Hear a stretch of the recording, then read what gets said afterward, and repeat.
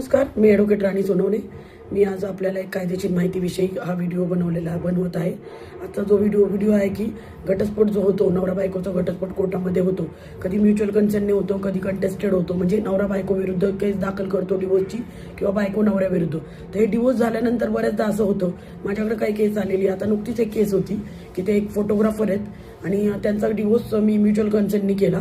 पण डिवोर्स झाल्यानंतर त्या दोघांना असं कळलं, म्हणजे 1 ते 2 दिवसातच लगेच त्यांना कळलं की आपण वेगळं नाही राहू शकत, आणि ते पुन्हा एकत्र राहायला सुरुवात केली.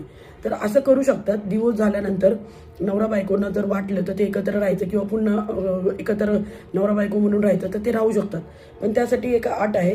त्यासाठी अट अशी आहे की डिवोर्स झाल्यानंतर एकतर कागदोपत्री डिवोर्स झालाय, त्यामुळे त्यांना पुन्हा लग्न करणं गरजेचं आहे. पुन्हा लग्न झाल्यावर पुन्हा ते एकत्र राहू शकतात. आता समजा घटस्फोट झाला, नवऱ्याने बायको विरुद्ध घटस्फोट दाखल केला आणि तो मंजूर झाला, किंवा बायकोने नवऱ्याविरुद्ध घटस्फोट दाखल केला आणि तो मंजूर झाला. हे कंटेस्टेड डिवोर्स म्हणतात, किंवा इंडिव्हिज्युअल डिवोर्स म्हणतात, किंवा इंडिपेंडंट डिवोर्स म्हणतात, की जो म्युच्युअल नाही, परस्पर समजुतीनं नाही. तर हा घटस्फोट दाखल केल्यानंतर त्याचा अपीलचा पिरियड 90 दिवस आहे. तर त्याच्यामध्ये दोघांनी अपील करायचं असतं. समजा नवऱ्याचा घटस्फोट मंजूर झाला तर बायकोने 90 दिवसाच्या आत अपील करायचं असतं, आणि त्या पद्धतीने ते जो जजमेंट आहे ते चॅलेंज करायचं असतं. पण जर समजा बऱ्याचदा असं केसेसमध्ये होतं की लग्न झालं आणि त्यांचा डिवोर्स झाला, आणि डिवोर्स झाल्यानंतर त्यांना पुन्हा एकत्र राहायचं आहे, तर ते एकत्र राहू शकतात.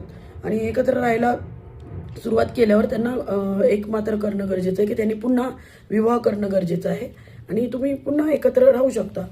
Thank you, bye.